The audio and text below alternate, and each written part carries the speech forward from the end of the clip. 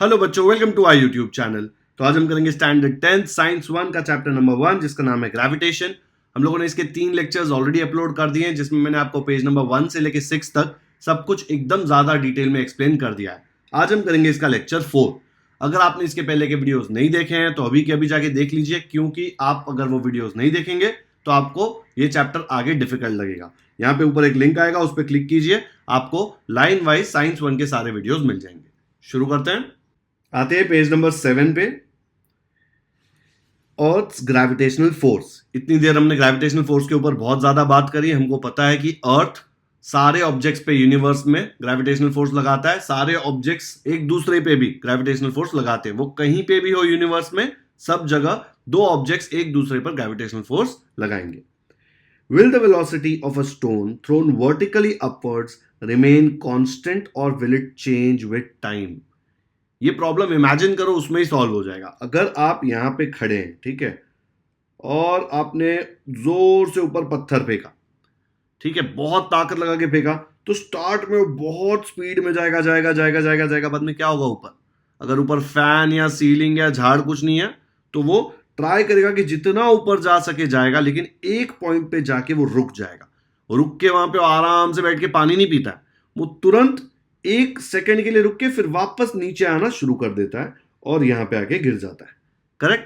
तो ये जब शुरू किया, पत्थर जब फेंका ऊपर, तो ये बहुत स्पीड में ऊपर जा रहा था। धीरे धीरे उसकी स्पीड कम हुई कम हुई कम हुई कम हुई और यहां पे जाके वो उसकी स्पीड 0 हो गई। सपोज उसने स्टार्ट किया था 10 की स्पीड से, 10 की स्पीड से गया, 9 हुआ, 8 हुआ, 7 हुआ, 6 हुआ, 5 हुआ, 4 हुआ, 3 हुआ, 2 हुआ, 1 हुआ, 0 हो गया यहाँ पे जाके। फिर वापस शुरू किया एकदम स्पीड में, धीरे धीरे स्पीड बढ़ी, है ना, यहाँ पे आके 0 हुई, फिर 1 2 3 4 5 6 आके नीचे बहुत तेजी से गिरा वो। ठीक है, इसलिए यहाँ पे नीचे नहीं खड़ा रहना, नहीं तो आपके सर पे गिर जाएगा। तो इतना तो पता है कि वर्टिकली अपवर्ड्स अगर आपने स्टोन फेंका तो उसकी स्पीड जो है वो कांस्टेंट नहीं रहेगी, वो चेंज होती रहेगी टाइम के साथ। कैसे चेंज होगी? Why doesn't the stone move up all the time? ये पत्थर उड़ के सीधा मून तक क्यों नहीं चला गया, या स्पेस में आगे क्यों नहीं चला गया? अगर इतना ही पॉसिबल होता तो आप आपके फ्रेंड को बोलते भाई मुझे फेंक दे, मुझे उड़ के यहां से ऑस्ट्रेलिया जाना है ना? ऐसा नहीं है possible. Why does it fall down after reaching a certain height? क्यों गिरता है? जल्दी से कमेंट्स में बताओ मुझे।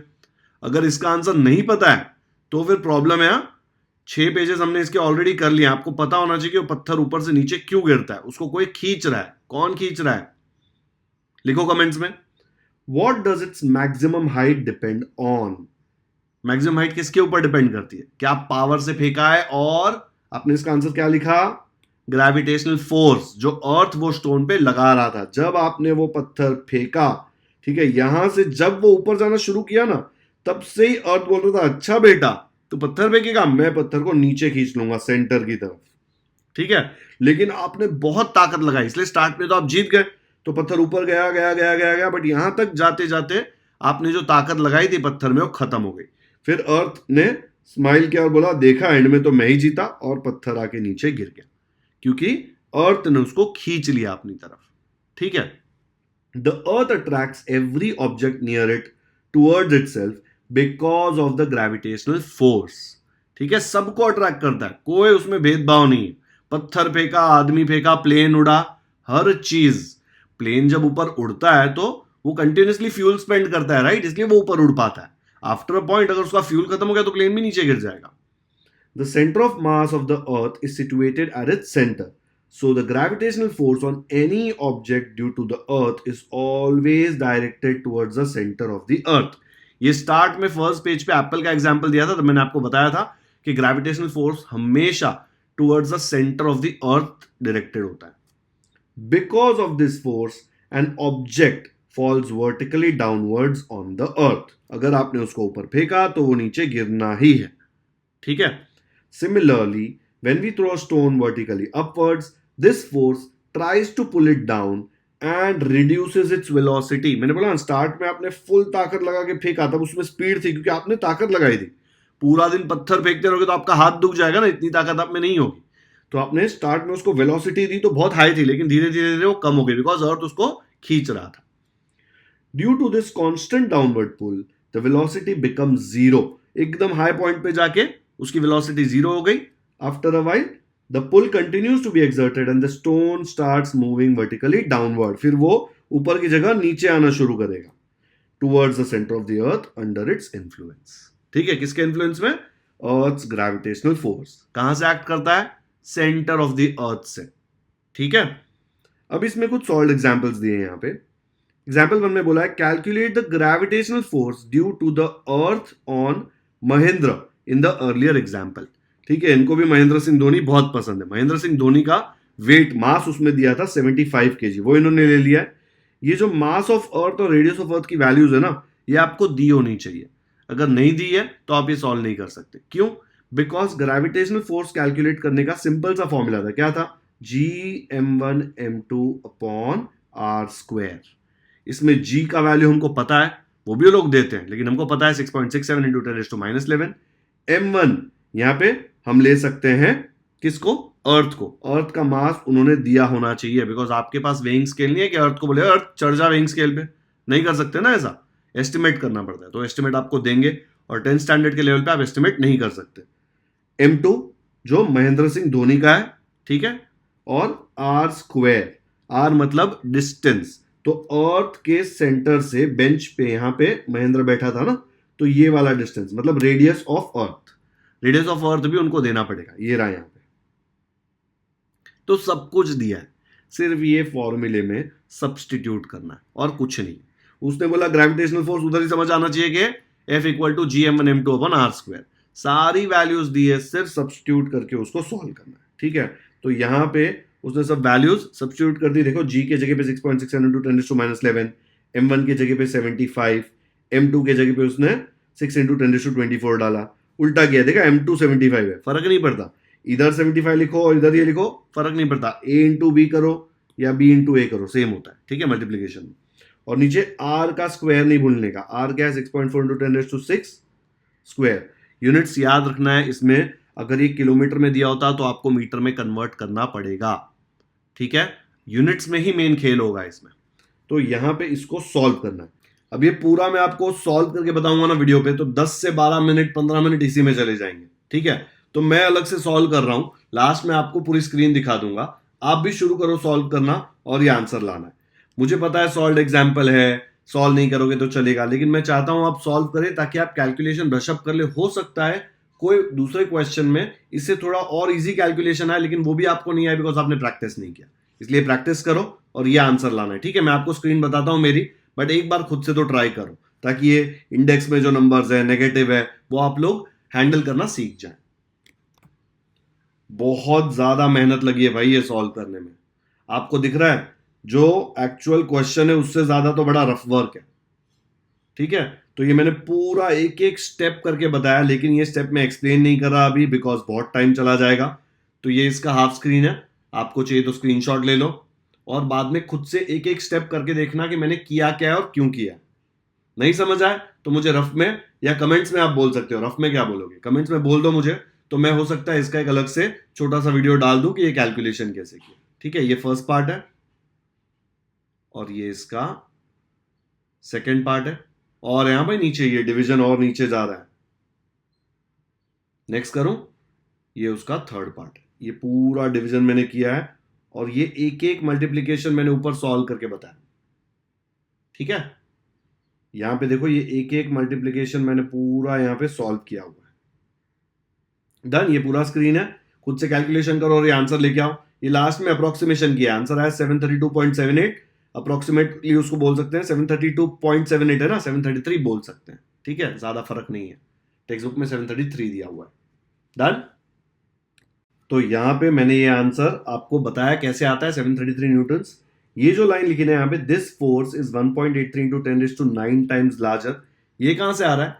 ये वाला जो फोर्स है ना, ये वाले फोर्स को जो इसके पहले सॉल्व एग्जाम्पल 1 में क्वेश्चन आया था, उसमें आंसर था 4.002 कुछ तो ना, ये वाले आंसर को उससे डिवाइड कर दिया तो आपको ये मिलेगा। उससे पता चलेगा ना कि ये कितना ज्यादा बड़ा। करने की जरूरत नहीं है, बोलना क्या चाह रहा है वो समझो कि विराट और महेंद्र में जो फोर्स था एक दूसरे के बीच में वो बहुत ज्यादा छोटा था, जबकि महेंद्र के ऊपर अर्थ जो फोर्स लगा रहा है, मैंने क्या बोला था, यूनिवर्स में कोई भी दो बॉडी, तो महेंद्र और विराट के बीच में जो फोर्स था ना वो बहुत कम है, very very low. But Mahendra के ऊपर नीचे अर्थ जो फोर्स लगा रहा है ना, ग्रेविटेशनल फोर्स, वो 733 न्यूटन है, वो काफी हाई है। ओके, इसलिए तो महेंद्र जमीन पे टिका हुआ है ना, नहीं तो महेंद्र ऊपर उड़ता। यार ये महेंद्र सिंह धोनी, इसको रिस्पेक्ट देते हैं, नहीं तो महेंद्र सिंह धोनी ऊपर उड़ते। ठीक है, तो ये एग्जाम्पल 1 उसके लिए बताया कि अर्थ के ऊपर दो बॉडीज एक दूसरे पे जो फोर्स लगाती है, उससे कई ज्यादा बड़ा फोर्स अर्थ उन बॉडीज पे लगाता है। ठीक है, महेंद्र और विराट यहाँ पे बैठे थे, ये दोनों के बीच में फोर्स होगा 100%, बट वो बहुत छोटा होगा, लेकिन अर्थ महेंद्र पे भी बहुत बड़ा फोर्स लगाएगा और विराट के ऊपर भी बहुत बड़ा फोर्स लगाएगा। ठीक है, और हमेशा वो कहां एम्ड होगा, सेंटर ऑफ द अर्थ के डायरेक्शन में। तो ये फर्स्ट एग्जाम्पल यहां पे खत्म होता है। Second example, starting from rest what will be Mahendra's velocity after 1 second. Time दिया भाई 1 सेकेंड। ठीक है, after 1 second if he is falling down due to the gravitational force of earth. देखो, स्टार्टिंग फ्रॉम रेस्ट बोला है, अब इसमें क्या Newton's laws of motion use होंगे, याद है क्या थे Newton's laws of motion? v is equal to u plus a T, S is equal to u t plus half a t square and v square is equal to u square plus 2as। A क्या है? Acceleration. S क्या है? Displacement. u initial velocity, v final velocity और t time. ये case में starting from rest है तो u क्या आएगा? 0 इनिशियल वेलोसिटी। महेंद्र की वेलोसिटी पूछी गई आफ्टर 1 सेकेंड, मतलब फाइनल वेलोसिटी v पूछी गई है। If he is falling down due to gravitational force, force यहां पे हमने कैलकुलेट कर लिया। ठीक है, f दिया हुआ है, ये f यूज करके हम लोग एक्सेलरेशन निकालेंगे, बिकॉज हमको पता है कि f इक्वल टू मा, ये फॉर्मूला मैंने आपको बताया था ना, आपको f पता है, m पता है। m देखो ना, महेंद्र का मास यहाँ पे दिया हुआ है 75 kg, तो आप उसमें से a निकाल सकते हो। ठीक है, एक बार a मिल गया, आपके पास u ऑलरेडी है, आपके पास t ऑलरेडी है, आप कौन सा इक्वेशन यूज करेंगे? v equal to u plus a t वाला, एंड उसमें से आपको क्या मिल जाएगा? Final velocity v। तो यहां पे मैंने लिख दिया u equal to 0, force equal to 733 newton. Mahendra का मास यही क्वेश्चन में से ढापा और यही क्वेश्चन में पहले वाले क्वेश्चन से लिया है 75 kg। टाइम t दिया है 1 सेकेंड। ठीक है, महेंद्र का एक्सेलरेशन कैसे निकाला? ये फॉर्मूला भाई वही है, f इक्वल टू मा। अगर मुझे a का वैल्यू चाहिए तो m को यहां से भगाओ, उधर भेजो, तो आ जाएगा f अपॉन m, तो ये आएगा f अपॉन m। f की वैल्यू है 733, m की वैल्यू है 75। यार ये कैलकुलेशन तो अभी खुद से करना है आपको। ठीक है, कि ये भी करके बताऊं 733 अपॉन 75? नहीं ना, करेंगे खुद से? चलो, किया खुद से तो मुझे कमेंट्स में बताओ, नहीं किया है चलो यार करके बता रहा हूं। देख लो यहाँ पे 733 डिवाइड बाय 75, 75 9 जार किया, 675 आया, 580 आया, 75 7 जार किया और आंसर आ गया 9.77। अब इसके आगे 0 लूंगा ना तो ये जो नंबर आएगा वो 5 से तो छोटा ही आने वाला है, तो 9.77 पे इसको छोड़ देते हैं। ठीक है, तो ये 733 डिवाइड बाय 75 9.77 आना चाहिए। तो यहाँ पे ये जो एक्सेलरेशन है इसको ऐसे ही छोड़ा है, अगर आपको इसका वैल्यू निकालना है तो 9.77 मीटर्स पर सेकेंड स्क्वायर आएगा। अब आपको एक्सेलरेशन मिल गया, आपके पास टाइम है, आपके पास u है, v equal to u plus a t में u है, a है, t है, तो आप v निकाल सकते हो ना। v पूछा है ना आफ्टर 1 सेकेंड, तो सब्स्टिट्यूट करो, u के जगह पे आ जाएगा 0 प्लस a के जगह पे आएगी ये वाली वैल्यू और t के जगह पे आएगा 1 सेकेंड।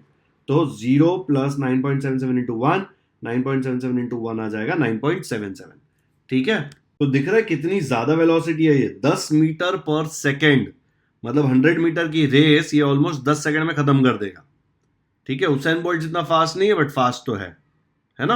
अब फिर से ये बोल रहा है this is 1.83 into 10⁹ times Mahendra's velocity in example 2 on page 6। इसके पहले जो किया था एग्जाम्पल 2, उसमें जो आया था उससे इतना ज्यादा हाई है वेलोसिटी। ये करके बताऊं क्या? सेम नंबर आ रहा है, देखो दोनों जगह 1.83 इंटू 10⁹ एग्जाम्पल 1 का आंसर देखते हैं पहले क्या है। सॉल्व एग्जाम्पल जो पहले वाला दिया था उसमें, यहाँ पे पेज नंबर 6 पे ये जो सेकंड क्वेश्चन दिया था उसमें महेंद्र की वेलोसिटी क्या थी? 5.34 इंटू 10⁻⁹ पर सेकेंड। ठीक है, ये कौन से फोर्स से थी? विराट और महेंद्र के बीच में जो फोर्स है उसके कारण जो वेलोसिटी आ रही थी इतनी थी, 5.34 इंटू 10⁻⁹। अभी क्या था? अभी महेंद्र की वेलोसिटी टुवर्ड्स अर्थ है, जो बहुत ज्यादा होगी बिकॉज फोर्स बहुत ज्यादा है। तो ये वेलोसिटी उससे कितनी ज्यादा है वो पूछा है, एक बार देख लेते हैं। ऐसे करोगे ना, ये वाला जो सेकंड केस था उसमें आंसर आया था 9.77 और सॉल्व एग्जाम्पल जो पहले दिए थे उसमें वेलोसिटी क्या थी? 5.34 इंटू 10⁻⁹। ये 10⁻⁹ तो ऊपर चला जाएगा तो आ जाएगा 10⁻⁹ और 9.77 को आप 5.34 से डिवाइड करके चेक करो, अब ये मैं नहीं करके बता रहा, तो आंसर आएगा 1.83। ठीक है, तो वहां से ये नंबर आ रहा है। आया समझ में?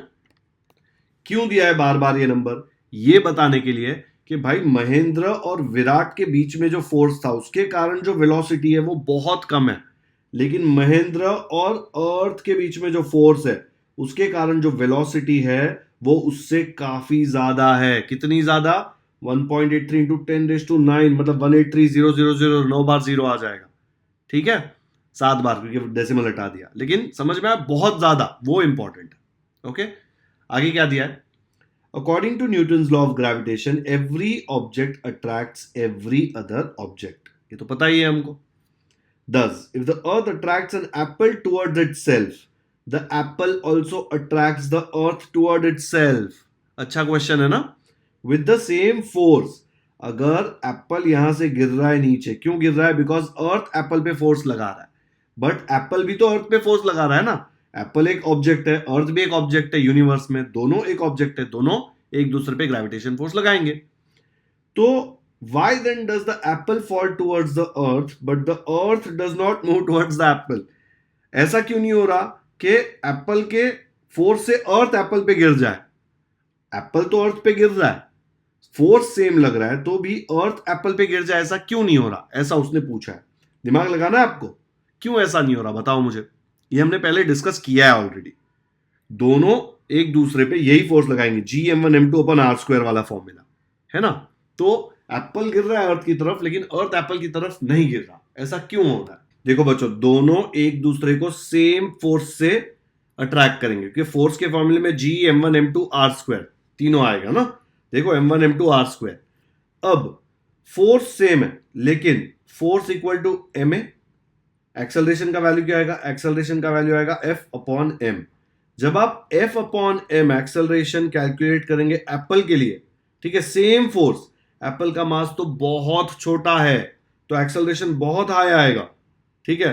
लेकिन ये सेम फॉर्मूला जब आप अर्थ पे लगाएंगे, ये इतना छोटू सा फोर्स, अर्थ का मास इतना ज्यादा हाई है, हमने यूज भी किया है क्वेश्चन में भी, इतना ज्यादा मास पे उसको हार्डली कुछ फर्क पड़ेगा, ठीक है। तो इसीलिए एप्पल अर्थ की तरफ गिर जाता है वो फोर्स से, लेकिन अर्थ एप्पल की तरफ हो सकता है थोड़ा सा मूव, इतना नेग्लिजिबल है कि आप फील भी नहीं करेंगे, because earth itself is very big, और आप खुद अर्थ पे खड़े, आपको पता भी नहीं चलेगा, ठीक है। The gravitational force due to the earth also acts on the moon, because of which it revolves around the earth. हमने इसके पहले वाले लेक्चर में देखा था कि मून जो ग्रेविटेशनल फोर्स लगाता है उसके कारण हाई टाइड्स लो टाइड्स होते हैं, राइट। भाई अर्थ क्या बोलेगा मून को कि तू फ्री में चलेगा क्या, तेरा फोर्स, मैं भी तेरे पे फोर्स लगाऊंगा। तो अर्थ जो फोर्स मून पे लगाता है ना, मून को अपनी तरफ खींचता है, उसके कारण मून अपने अर्थ के गोल गोल घूमते रहता है, इसलिए तो मून का शेप चेंज होता है ना, है ना। आपको थोड़ा मून दिखता है, फिर बड़ा मून दिखता है, because moon is also revolving around earth. The moon, यहां पे similar situation exist for artificial satellites orbiting the अर्थ। आप जो मोबाइल फोन यूज कर रहे हैं, जो ब्रॉडकास्ट हमको टीवी पे चैनल्स दिख रहे हैं, वो सैटेलाइट से आ रहा है, तो ये आर्टिफिशियल सैटेलाइट्स भी ऊपर घूम रहे हैं। ये कैसे घूम रहे हैं? बिकॉज अर्थ भी इन पे फोर्स लगा रहा है। The moon and the artificial satellites orbit the earth, the earth attracts them towards itself, but unlike the falling Apple they do not fall on the earth. Why? Apple गिर गया, लेकिन satellites क्यों नहीं गिर रहे? मून क्यों नहीं गिर रहा? है ना, गिर जाना चाहिए ना, क्यों नहीं गिर रहा? Because of the velocity of the moon and the satellites along there orbits. ये एक स्पीड से घूम रहे हैं, तो वो सेंट्रीपिटल वाला फंडा बन जाता है, एक स्पीड से घूम रहे हैं इसलिए वो नहीं गिर रहे हैं। तो वो स्पीड से घूम रहे हो, कैसे घूमते हैं? देखो बच्चों, आर्टिफिशियल सैटेलाइट लॉन्च करने के लिए ना रॉकेट से लॉन्च किया जाता है उसको, बेस पे से, ठीक है, उसमें सैटेलाइट डाली जाती है, रॉकेट बहुत ज्यादा स्पीड में ऊपर जाता है और एक पर्टिकुलर ऑर्बिट में वो सैटेलाइट को छोड़ देता है। फिर वो सैटेलाइट वो ऑर्बिट में एक हाई स्पीड से घूमती है, जिसके कारण वो सैटेलाइट अर्थ के ऊपर गिर नहीं जाती, ठीक है। बट आफ्टर अ पॉइंट कुछ सैटेलाइट अर्थ पे गिरती है, आप गूगल सर्च करो इस पे, आपको कुछ ना कुछ मिलेगा कि some satellite has fallen down on earth. वो क्यों होता है? रेयरली होता है, बट होते रहता है, ठीक है। If this velocity was not there they would have fallen on the earth. ये वेलोसिटी नहीं होती तो एप्पल जैसे गिर रहा है अर्थ पे, वैसे ही मून भी गिर जाता अर्थ पे। क्या हालत होती सोचो, है ना। चलो, समझ में आया डिफरेंस कि एप्पल क्यों गिर रहा है, मून क्यों नहीं गिर रहा। आगे बढ़ते हैं। अब नेक्स्ट पेज पे दिया है अर्थ्स ग्रेविटेशनल एक्सेलरेशन। अर्थ इतनी टाइम क्या हम स्टडी करते हैं? Gravitational force. अगर फोर्स होगा तो एक्सेलरेशन भी होगा ही ना, क्योंकि हमको पता है F is equal to ma। Force है तो एक्सेलरेशन तो होगा ही। The earth exerts gravitational force on objects near it. According to Newton's second law of motion, the force acting on a body results in its acceleration. ये जो मैंने बोला ना F equal to ma, force है अगर object पे तो acceleration भी होगा। Thus, the gravitational force due to the earth on a body results in its acceleration. This is called acceleration due to gravity, because gravitational force से हो रहा है इसलिए इसको बोला acceleration तो है, but what, क्यों है ये? Due to gravity, इसलिए इसको acceleration due to gravity बोलते हैं। एंड इसका एक स्टैंडर्ड लेटर है denoted by small g। Capital G मत यूज करना, capital G is gravitational constant, universal constant है। ये स्मॉल जी क्या है? Acceleration due to gravity. दोनों अलग चीज है। ये जी एक एक्सेलरेशन ही है, ठीक है, but because it is due to gravity उसको अलग नाम दे दिया जी। इसको ये लोग ए भी बोल ही सकते थे, ए के नीचे छोटा सा जी लगा देते तो भी चलता कि acceleration due to gravity, confusion नहीं होता। 11th-12th में ए जी लिखेंगे, बट जी बहुत ज्यादा स्टैंडर्ड वर्ड है, बहुत जगह यूज होता है, ठीक है। Acceleration is a vector. Vector का मतलब क्या होता है कि इसमें दो चीजें, डायरेक्शन भी है और इसका मैग्नीट्यूड भी है। As the gravitational force on any object due to the earth is directed towards the centre of the earth, क्योंकि फोर्स हमेशा अर्थ कैसा लगाएगा? अगर कोई ऑब्जेक्ट यहाँ पे है, प्लेन उड़ रहा है, तो उस पर ग्रेविटेशनल फोर्स कैसा लगेगा? अर्थ उसको अपने सेंटर की तरफ खींचेगा। The direction of acceleration due to gravity is also directed towards the centre of the earth. अगर फोर्स इस डायरेक्शन में लग रहा है तो एक्सेलरेशन भी इसी डायरेक्शन में लगेगा, वर्टिकली डाउनवर्ड्स। ये पूरे पैराग्राफ में यही चीज एक्सप्लेन की है। और सबसे इंपॉर्टेंट है, उसको क्या बोलते हैं भाई? जी, एक्सेलरेशन ड्यू टू ग्रेविटी, ठीक है। Think about it, what would happen if there were no gravity? क्या होता भाई अगर ग्रेविटी नहीं होती? तो आप ही जमीन पे नहीं रहते, पूरे टाइम उड़ते रहते, कुछ पकड़ ही नहीं पाते, सब जाता है ना। कोई वीडियो देख लेना स्पेस मूवी का कहीं पे भी, उसमें अगर वो लोग स्पेस में है तो आपको दिखेगा कि वो लोग हवा में उड़ रहे हैं, ठीक है, हवा नहीं एक्चुअली, बट हाँ स्पेस में उड़ रहे हैं, वहां पे एयर तो नहीं होती, उनको सूट पहनना पड़ता है, ऑक्सीजन सिलेंडर्स चाहिए होते हैं, राइट। तो अगर ग्रेविटी नहीं होती तो आप जमीन पे ही नहीं टिकते। ऐसे भी बहुत बच्चे जमीन पे टिकते नहीं है, लेकिन समझ लो ग्रेविटी में आप टच नहीं कर पाएंगे, आप उड़ते रहेंगे। What would happen if the value of g was twice as large? अगर g जो ग्रेविटेशनल कांस्टेंट है वो जो वैल्यू है उससे डबल हो गया तो क्या होगा? ग्रेविटी डबल हो जाएगी ना। अगर ग्रेविटी डबल हो गई उससे होगा क्या पता है? उससे आप आपकी बॉडी पे इफेक्ट देख लो, आपका वेट डबल हो जाएगा। प्लस आपकी बॉडी डिजाइन की गई है, ह्यूमन बीइंग की जो बॉडी है वो ये ग्रेविटी पे ऑपरेट करती है आराम से। आपको पता है ना, स्पेस में जाके आप जब वेटलेस फील करते हैं तो वो आपकी बॉडी के लिए ज्यादा अच्छा नहीं होता। हॉलीवुड की कोई भी स्पेस मूवी उठा के देख लो, उसमें आपको बताया जाएगा कि वो इंटरनेशनल स्पेस स्टेशन पे रहते हैं तब भी एक्सरसाइज करना पड़ता है उनको, बहुत बहुत स्पेसिफिक खाना खाते हैं, फिर भी उनका वेट बहुत कम हो जाता है जब वो वापस अर्थ पे आते हैं, ठीक है। तो जी जो है वो बहुत ज्यादा इंपॉर्टेंट है, जो वैल्यू उसकी है अभी। अगर उसको बड़ा कर दिया तो बहुत प्रॉब्लम हो सकता है, आपका वेट बढ़ जाएगा, आपका ब्लड प्रेशर बढ़ जाएगा। जो माउंटेन्स हैं उसमें ऊपर एयर इतनी थिन होगी कि कोई ब्रीथ ही नहीं कर पाएगा, ठीक है, बिकॉज एटमॉस्फेयर भी थिन हो जाएगा। ओके, चलो, value of g on the surface of the earth. अभी हम लोग कैलकुलेट करेंगे कि ये जो small g acceleration due to gravity है उसकी वैल्यू क्या है। We can calculate the value of g by using Newton's universal law of gravitation. Because Newton's universal law of gravitation हमको क्या देता है? वो हमको फोर्स की वैल्यू देता है। क्या था formula? g m1 m2 upon r square. यहाँ पे दो मासेस है, ठीक है।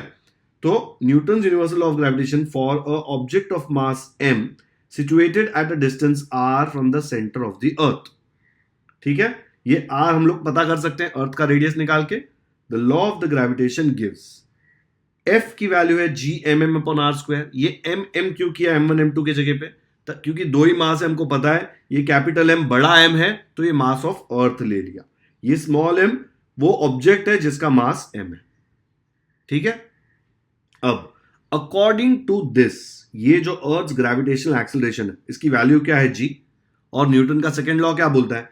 F is equal to m a, है ना। एक्सेलरेशन, एक्सेलरेशन क्या है भाई? देखो यहां पे एक्सेलरेशन ड्यू टू ग्रेविटी है g, तो मैं क्या इसको बोल सकता हूं F equal to m a की जगह पे m, एक्सेलरेशन की वैल्यू है g, तो मैं बोल सकता हूं F is equal to m g, बोल सकता हूं ना, g एक्सेलरेशन ही है ना, तो मुझे पता है कि भाई F की वैल्यू तो mg होनी चाहिए ये वाले केस में, तो मैंने क्या किया, बोला F equal to m g, but F की वैल्यू तो ये भी थी, F की वैल्यू ये भी है, तो ये दोनों इक्वल होने चाहिए बिकॉज दोनों F है, तो क्या किया, mg इक्वल टू ये कर दिया, अब दोनों तरफ m है तो m तो कट गया, बचा क्या, g is equal to G m upon r square. Okay, और ये g की वैल्यू तो कैलकुलेट करनी है हमको, g क्या है, universal constant of gravitation, m क्या है, मास ऑफ अर्थ, r क्या है, distance of the object from the centre of the अर्थ, मतलब रेडियस ऑफ द अर्थ इस केस में। ओके, तो ये g जो हम लोग निकालेंगे ये क्या होगा, सरफेस ऑफ द अर्थ पे अगर कोई ऑब्जेक्ट बैठा है तो उसका acceleration due to gravity which is g क्या होगा, ठीक है, वही लिखा है देखो, the object is situated on the surface of the earth r equal to capital R, ये जो डिस्टेंस है ना, अगर वो सरफेस पे बैठा है तो उसका डिस्टेंस क्या होगा सेंटर से, ये वाला distance which is nothing but radius of the earth which is capital R, इसलिए r equal to R, radius of the earth, thus the value of g on the surface of the earth is, इसलिए हम लोग को ये r का value पता है, ठीक है, तो r का वैल्यू क्या है, कैपिटल R, कैपिटल R क्या है, बोलो जल्दी, रेडियस ऑफ अर्थ। अब हमको g पता है 6.67 इंटू 10⁻11, मास ऑफ अर्थ हमने इसके पहले वाले क्वेश्चन में भी यूज किया था, इट इज 6 इंटू 10⁻24, और रेडियस ऑफ अर्थ भी इसके पहले वाले क्वेश्चन में यूज किया था, इट इज 6.4 इंटू 10⁻6, और स्क्वायर है तो स्क्वायर, ये आपको कैलकुलेट करना है, और कैलकुलेट करके आता है 9.77 मीटर्स पर सेकेंड स्क्वायर।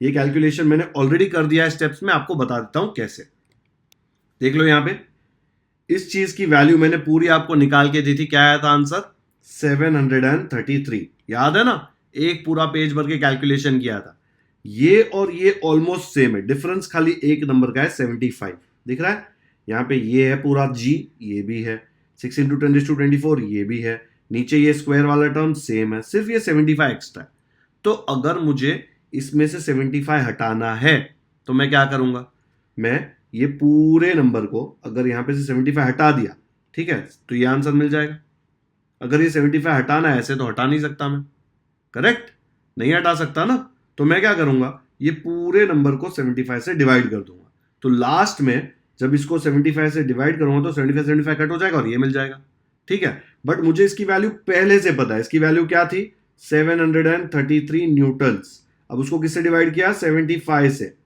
और एग्जाम्पल 2 में मैंने ये भी आपको करके बता दिया था, 733 को 75 से डिवाइड करेंगे तो क्या आता है, 9.77, ठीक है, तो ये पूरा कैलकुलेशन मैंने एग्जाम्पल 1 और एग्जाम्पल 2 में ऑलरेडी कर दिया, ओके, आया ना समझ में, खाली ये 75 अलग था तो 75 से डिवाइड कर दिया, 75 कट, 75 से डिवाइड किया, मतलब क्या, ये पूरा जो भी वैल्यू आया था उसको 75 से डिवाइड कर दिया, तो आंसर आया 9.77, आया समझ में, तो हर बच्चे को ये सॉल्व करना है, मैंने ऑलरेडी करा दिया है, इसका आंसर आता है 9.77 metres per second square, unit ये क्यों है, बिकॉज ये g is nothing but acceleration due to gravity, उसका यूनिट्स होता है metres per second square, this acceleration depends only on the mass m and radius r, देखो ना, ये एक्सेलरेशन का फॉर्मूला क्या है, capital G capital M capital R square, ये कैपिटल G तो कांस्टेंट है, उसकी वैल्यू हमेशा 6.67 इंटू 10⁻11 रहेगी, mass of the earth change हो सकता है, ठीक है, रेडियस चेंज हो सकता है, ऐसा सोच लो, but you can say that it depends only on m and r, and so the acceleration due to the gravity at a given point on earth is the same for all objects, अगर earth के ऊपर मैंने लिया कहीं पे कोई object तो उसके लिए कैपिटल M और कैपिटल R भी सेम होगा, करेक्ट, तो उसका जो एक्सेलरेशन ड्यू टू ग्रेविटी होगा वो भी सेम होगा, ठीक है, बट इसमें भी थोड़ा प्रॉब्लम है, जो अर्थ के पोल्स होते हैं ना, इसको पोल बोलते हैं ना, नॉर्थ पोल साउथ पोल, और ये इक्वेटर वाला पार्ट है, यहां पे इक्वेटर होता है बीच में, वहां पे और पोल पे ग्रेविटी अलग अलग होती है, एक्सेलरेशन ड्यू टू ग्रेविटी जो है वो चेंज होता है, बहुत माइनर चेंज है बट चेंज तो है, देखते हैं वो लोग देते हैं कि नहीं आपको, इसमें 11th-12th में तो आपको आएगा, ठीक है, तो यहां पे अज्यूम किया है कि m और r पे डिपेंड करते हैं, तो एक्सेलरेशन ड्यू टू ग्रेविटी कोई भी ऑब्जेक्ट के लिए, ऑल ऑब्जेक्ट्स के लिए सेम होगा, it does not depend on the properties of the object, आप खड़े हो, आपका फ्रेंड जो 200 किलो का है वो खड़ा है, एक बड़ी ट्रक खड़ी है, ठीक है, सबके ऊपर अर्थ भेदभाव नहीं करेगा, उस पे एक्सेलरेशन ड्यू टू ग्रेविटी जिसको हम क्या बोलते हैं, g, जी जो है वो सेम होगा, क्योंकि जी का फॉर्मूला है GM अपॉन आर स्क्वायर। ये M ट्रक का मास नहीं है, आपका मास नहीं है, अर्थ का मास है। R अर्थ की रेडियस है, तो कोई फर्क ही नहीं पड़ता। ट्रक पे भी सेम लगेगा, आप पे भी सेम लगेगा, एक छोटी सी नीडल ले लो उस पे भी सेम लगेगा। Okay, next, can you tell what would be the value of G on the surface of the earth if its mass was twice as large and its radius half of what it is now? ये करते हैं यार, क्योंकि इसके basis पे ना problems आ सकते हैं आगे। देखो, ये G equal to GM upon r square हमको फॉर्मूला पता है, G इक्वल टू GM बोलता हूं, बट ऐसे small g equal to capital GM r upon r square ऐसे बोलो। ठीक है, ये फॉर्मूला यूज करके हमको बताना है कि स्मॉल g की वैल्यू क्या आएगी। चलो देखते हैं। तो यहां पे लिख दिया मैंने, what would be the value of g on the surface of the अर्थ। क्या चेंजेस है? चेंजेस है mass was twice as large and radius half of what it is. अब ओरिजिनल जी की वैल्यू क्या है? जी की वैल्यू है GM अपॉन आर स्क्वायर। ये M क्या है? ओरिजिनल जो मास है अर्थ का, वो रेडियस ओरिजिनल है। अब नया क्या आ रहा है? वो बोल रहा है कि मास डबल कर दो भाई, अर्थ ने बहुत खाना खा लिया, उसका मास डबल हो गया। रेडियस क्या कर दो? हाफ कर दो, उसको छोटा भी कर दो। तो हम लोग बोलेंगे ओके, नया मास है, नया रेडियस, क्या आएगा? नया मास है डबल, जो पहले M था उसका डबल, डबल मतलब 2M, ट्वाइस मतलब 2M, एंड नया रेडियस क्या है? It is half of the original radius, half of what it is now. अभी इसके पहले मैंने आपको बताया था, जो G की वैल्यू है वो सिर्फ M और R पे डिपेंड करती है, कैपिटल G पे डिपेंड नहीं करती, बिकॉज कैपिटल G तो कांस्टेंट है। तो अभी ये सब हुआ ना, तो हमको एक नया G निकालना पड़ेगा, जिसको बोलेंगे हम G न्यू। ठीक है, ऐसा हो नहीं रहा, अगर ऐसा हुआ तो G न्यू आएगा। ये सेम फॉर्मूला लगेगा, सेम फॉर्मूला का सिर्फ G यहां पे आएगा, M और R के यहां पे हम ब्लैंक छोड़ देंगे। देखो, G ऐसे का ऐसा लिख दिया, M के जगह पे ब्लैंक, R के जगह पे भी ब्लैंक, स्क्वायर के जगह पे स्क्वायर। ये M नया वाला यहां पे आएगा, M के जगह पे नया M क्या है? नया M है 2M। नया R इसके जगह पे आएगा, नया R क्या है? Half R। ये स्क्वायर मत भूलना बच्चों, पूरा गेम चेंज हो जाएगा। ठीक है, अब नेक्स्ट स्टेप में हम क्या करेंगे? ये G2M, इसको मैं 2GM लिख सकता हूं, तो नेक्स्ट स्टेप में मैं इसको लिख दूंगा 2GM। नेक्स्ट स्टेप में उसके नीचे ये स्क्वायर जब अंदर जाएगा, तो ये 2 इसका स्क्वायर करेगा, तो हो जाएगा 1 स्क्वायर विच इज 1। ठीक है, फिर उसके नीचे ये 2 का स्क्वायर होगा, तो 2 का स्क्वायर आ जाएगा 4, और ये R का भी स्क्वायर होगा, तो मिल जाएगा मुझे R स्क्वायर। ये स्क्वायर सबको मिलेगा, राइट, ब्रैकेट में है। नेक्स्ट स्टेप में क्या करेंगे? ये 1/4, 4 नीचे में भी नीचे है, तो वो ऊपर जाएगा तो मल्टीप्लाई हो जाएगा, है ना यार। देखो, ये ऐसा होता है ना, 1/4, तो हम लोग इसको कैसे सॉल्व करते हैं? 2 इंटू 4/1, ये उल्टा बन जाता है ऊपर जाके। ठीक है, विच इज 2 इंटू 4। तो यहां पे क्या बन जाएगा नेक्स्ट स्टेप में? ये नेक्स्ट स्टेप में बन जाएगा 2 इंटू 4, उसको 4 इंटू 2 लिखा। ये 1/4 ऊपर जाके बन जाएगा 4/1। ओके, ये GM अपॉन आर स्क्वायर तो ऐसे का ऐसा रहेगा, क्योंकि उसमें कोई चेंज नहीं है। What is 4 into 2? 4 into 2 is 8. What is GM upon R square? GM upon R square तो अपना ओरिजिनल G है भाई, तो उसके जगह पे लिख दिया ओरिजिनल G। मतलब मुझे क्या मिला? ये जो मेरा नया वाला G है वो ओरिजिनल G से 8 टाइम्स ज्यादा है। मैंने मास डबल किया, रेडियस हाफ किया, उससे इफेक्ट क्या आया? 8 टाइम्स ज्यादा हो गया। तो मैंने फाइनल आंसर लिख दिया, new G is equal to 8 times original G। ठीक है, कितने बच्चों को ऐसा लगेगा देख के कि अरे रेडियस हमने हाफ किया, मास ट्वाइस किया, 2 और हाफ कैंसिल होके सेम रहेगा? सेम नहीं रहेगा। कैलकुलेशन देखो बच्चा, फॉर्मूले सब्स्टिट्यूट करोगे तब समझ में आ जाएगा। ठीक है, तो अगर किसी को इंटरेस्ट है कैन यू टेल में, तो ये वीडियो पॉज करके आप कॉपी कर सकते हो। कर लिया कॉपी? डन। तो हम लोगों ने इसका आंसर निकाल लिया। What would be the value of G? It will become 8 times the original value, 8G बन जाएगा। ठीक है, अब वो बोल रहा है variation in value of G। मैंने आपको बताया था कि यहां पे उसने बोला था कि कांस्टेंट रहेगा, लेकिन अर्थ के सरफेस पे हर जगह कांस्टेंट नहीं होता, चेंज होते रहता है। तो पहला वेरिएशन है change along the surface of the earth. Will the value of G be the same everywhere on the surface of the earth? The answer is no. The reason is that the shape of the earth is not exactly spherical. ठीक है, spherical जो भी बोलते हो बोल दो, it is not exactly spherical, and so the distance of a point on the surface of the earth from its center differs somewhat from place to place। जहां पे उसका इक्वेटर है ना, वहां पे अर्थ थोड़ा बल्ज करता है बाहर। ठीक है, तो एग्जैक्टली ऐसे सर्कल नहीं बनता। तो रेडियस जो है वो यहां पे कम होगी, यहां पे ज्यादा होगी, ऐसा सब होगा। ठीक है, कहीं ना कहीं पे चेंज आएगा, पूरे सरफेस ऑफ द अर्थ पे सेम नहीं होगी। ये तो हम लोग सिंप्लीफिकेशन के लिए उसको सर्कल कंसिडर करते हैं। And so the distance of a point on the surface of the earth from its center differs somewhat from place to place. Due to its rotation, the earth bulges at the equator. Equator पे बाहर आ जाता है, वो उसकी तोंद बाहर आ जाती है। And is flatter at the poles. Poles पे वो फ्लैट रहता है। Its radius is largest at the equator and smallest at the poles. ठीक है, मैंने बोला ना अर्थ का शेप ऐसा कुछ है, ऐसा सर्कल नहीं है परफेक्ट। यहाँ पे रेडियस ज्यादा है इक्वेटर पे और पोल पे रेडियस कम है, तो ये वाला जो रेडियस होगा वो कम होगा, ये वाला जो रेडियस होगा वो ज्यादा होगा। The value of g is thus highest at the poles. Poles पे ग्रेविटी हाईएस्ट होती है, मैंने शायद पहले बोला था कम होगी ना, या मैंने बोला था चेंज होगी, बट सेम नहीं रहेगी। पोल पे ग्रेविटी होती है 9.832 मीटर्स पर सेकेंड स्क्वायर, ठीक है, क्योंकि रेडियस कम है वहां पे। And it decreases slowly with decreasing latitude, जैसे जैसे नीचे आओगे कम होते जाएगी। It is lowest at the equator, which is 9.78 meters per second square. Equator पे सबसे कम है। तो अगर अर्थ का शेप ऐसा लेते हो, यहाँ पे इक्वेटर की लाइन पास हो रही है, तो यहाँ पे पोल पे उसका जी कितना है 9.832, ये वाला पोल और ये वाला भी पोल, ये नॉर्थ पोल ये साउथ पोल, और इक्वेटर की लाइन पे ग्रेविटी कितना है 9.78 मीटर पर सेकेंड स्क्वायर। ओके, क्योंकि यहाँ पे जो रेडियस है वो ज्यादा है, यहां पे जो रेडियस है वो कम है। और फॉर्मूले में देखो रेडियस आता है, जहां पे रेडियस ज्यादा होगा वहां जी की वैल्यू कम हो जाएगी, बिकॉज रेडियस डिवाइड कर रहा है ना, ठीक है।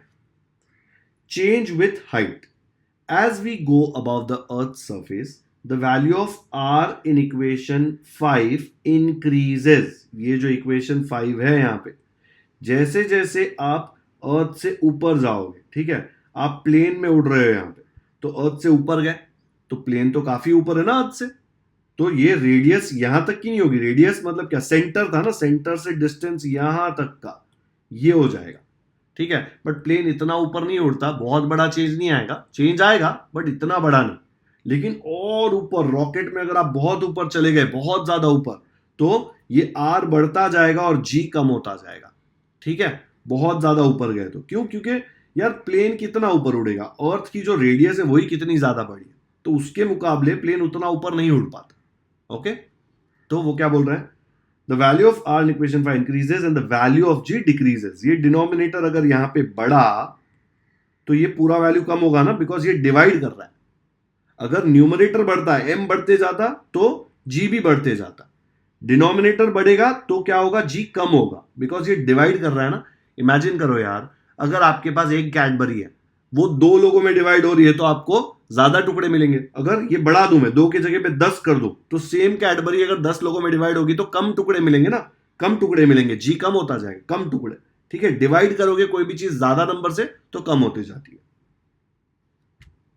However, the decrease is rather small for heights which are small in comparison to Earth's radius, क्योंकि अर्थ की रेडियस 6400 किलोमीटर है।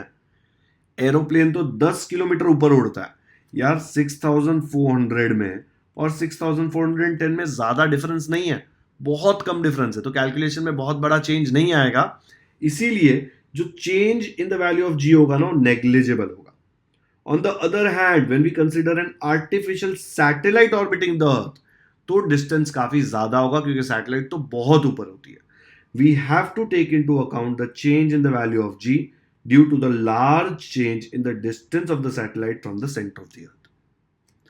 Some typical heights and values of g at these heights are given in the following table. Table में दिया हुआ है कि g की value कैसे चेंज होती है, देख लो। यहां पे सरफेस ऑफ द अर्थ पे 0 होती है हाइट, क्योंकि अर्थ के ऊपर से यहां से रेडियस तो सेम रहेगा ना r, ज्यादा उसमें और कुछ ऐड करना पड़ेगा क्या? नहीं, 0 ऐड होगा, तो g 9.8 है। उसका एवरेज वैल्यू हम लोग हमेशा 9.8 लेते हैं। माउंट एवरेस्ट जो कितना ऊपर है, 8.8 किलोमीटर ऊपर है, तो ये अगर अर्थ है उसके ऊपर माउंट एवरेस्ट बना दिया, इतना बड़ा नहीं बनेगा अर्थ का, ये इतना 6000, माउंट एवरेस्ट इतना सा दिखेगा, उसमें इतनी सी हाइट ऐड हुई। कितनी हाइट? 8.8 किलोमीटर। ये है 6400 और उसमें 8.8 ऐड किया। कैलकुलेशन में देखो कितना डिफरेंस आया, जी तो फिर भी 9.8 ही आ रहा है। जो बलून होता है, ठीक है, वो एयर बलून जिसमें आग से हवा भरते हैं, ऐसे दिखता है ना, आपने देखा होगा वॉलपेपर पे, ठीक है, वो बलून वो 36.6 किलोमीटर की हाइट पे जाता है। तो अर्थ, ठीक है, ये 6400, वो एयर बलून, हार्ट नहीं है भाई, यहां पे उड़ रहा है। कितनी हाइट पे उड़ रहा है? 36.6। तो थोड़ा बहुत डिफरेंस आएगा जी में, 9.77। वेदर की जो सैटेलाइट है वो 400 किलोमीटर ऊपर होती है अर्थ से, ठीक है। अगर ये अर्थ है तो सैटेलाइट यहां पे घूम रही है, 400 किलोमीटर का डिफरेंस, तब जी की वैल्यू क्या हो जाएगी? 8.7। कम्युनिकेशन सैटेलाइट तो बहुत ज्यादा ऊपर होती है, देखो यहाँ पे, ये 6400 किलोमीटर है रेडियस, इससे 6 टाइम ज्यादा कम्युनिकेशन सैटेलाइट यहां पे कहीं पे है जो मोबाइल इंटरनेट के लिए यूज हो रही है। तो इतनी ऊपर है, तो जी की वैल्यू देखो कितना कम हो रहा है, 0.225। आया समझ में? तो जैसे जैसे हाइट बढ़ेगी वैसे वैसे ग्रेविटी कम होती जाएगी, ठीक है। यही उसको पैटर्न बताना था, हाइट बढ़ेगी तो ग्रेविटी भी कम होगी। चेंज विद डेप्थ, आप अर्थ के अंदर घुसते जाओगे तो भी जी में चेंज आएगा, बिकॉज रेडियस चेंज होगा, लेकिन आप उतना नीचे जा नहीं पाते। पर देखते हैं, the value of g also changes if we go inside the earth. The value of r in equation 5 decreases. अगर मैंने बोला कि इतनी बड़ी चॉकलेट आपको 5 लोगों में डिवाइड करनी है, ठीक है, ऐसे 5 लोगों में डिवाइड करी तो सबको 2-2 पीस मिल जाएंगे अगर 10 पीस की चॉकलेट है। लेकिन अगर मैं बोलूं अरे इसमें से 3 लोग तो आए नहीं, इतनी बड़ी चॉकलेट आप 2 लोगों में डिवाइड कर लो, तो आपको ज्यादा चॉकलेट मिलेगी ना, क्योंकि कम लोगों में डिवाइड हुई। वैसे ही अगर इसकी वैल्यू कम हो गई तो ये कम चीज से डिवाइड हो रहा है ना, अगर एक कम चीज से डिवाइड हो रहा है, ये छोटा होगा तो ये पूरी वैल्यू बड़ी हो जाएगी, ठीक है। तो अगर मैं अर्थ में नीचे घुसूं, खड्डा करके हम एकदम नीचे नीचे जाए, तो सेंटर से जो डिस्टेंस है वो कम होता जाएगा, radius.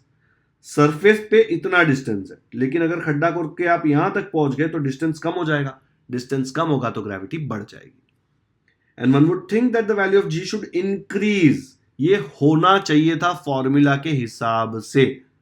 However the part of the earth which contributes towards the gravitational force felt by the object also decreases. Gravitational force भी कम हो जाता है, which means that the value of m to be used in equation 5 also decreases, क्योंकि पूरा अर्थ नहीं contribute करता, centre इधर है तो इतना पार्ट ही शायद कंट्रीब्यूट कर रहा हो, मास भी चेंज हो जाता है। इसीलिए क्या होता है, which means that the value of m to be used in equation 5 also decreases. As a combined result of change in r and m, the value of g decreases as we go deep inside the earth.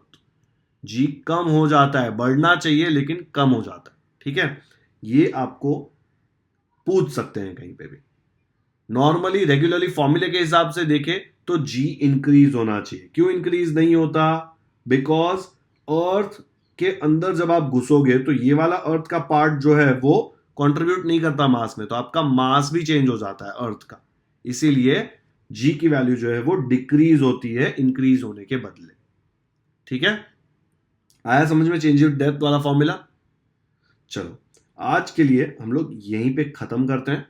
हम लोगों ने आज page number 7, 8 और 9 पे हम लोगों ने ये वाला पार्ट किया, ठीक है। अच्छे से रिवाइज करना।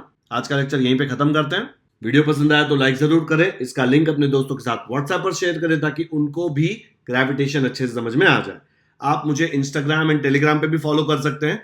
टेलीग्राम के चैनल पे मैं अपडेट शेयर करते रहता हूं रेगुलर, जो यूट्यूब पे मैं नहीं कर पाता, तो वहां पे आप जाएंगे तो आपको रेगुलर अपडेट्स मिलते रहेंगे। टेलीग्राम का लिंक आपको स्क्रीन पे दिखाई दे रहा है और मैंने डिस्क्रिप्शन में भी इसका लिंक डाल दिया है। Thank you so much for watching this video.